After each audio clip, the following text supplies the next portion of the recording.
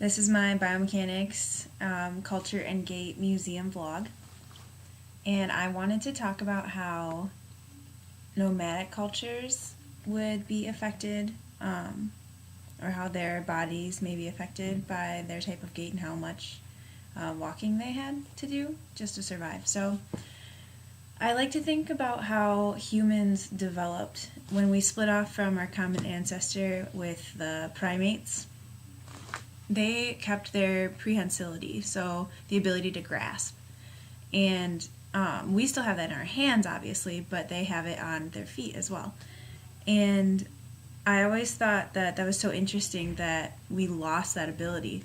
And I did a little bit of research, and the reason why we actually lost that ability to grab onto things with our feet is due to the need for stability. So if you're only using 2 feet to walk, bipedalism, as humans do, your base of support is a lot smaller. So by making the feet more able to stabilize the body, it was beneficial to humans, so it went away.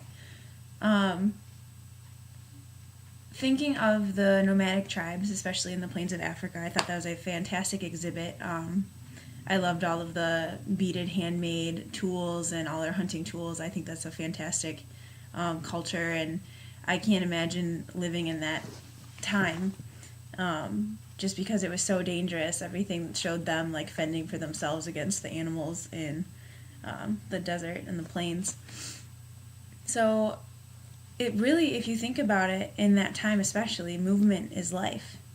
If you can't move properly, if you can't move fast enough, you can't catch your food to eat it, you can't get away from things that want to eat you, and you can't go with the people in your life because you have to follow the animals, you have to follow the water. That is your livelihood. So having a problem with gait could definitely be a problem for their entire life. So thinking about that and how we are moving creatures and movement is life, and I like to apply that to now and our current sedentary culture. In America and in a lot of places in the world, you can't get anywhere by walking. You can't, there's no sidewalks around. You just don't live close enough to anything to walk there to have it be sensible. So you have to get in a car, you have to sit. And we sit all day. Our jobs involve sitting at a computer. We sit in class all the time. So how could that big change in our life, if we're creatures that are supposed to move and we don't, how could that change us biomechanically in the future? How could we evolve? Humans have shown evolutionary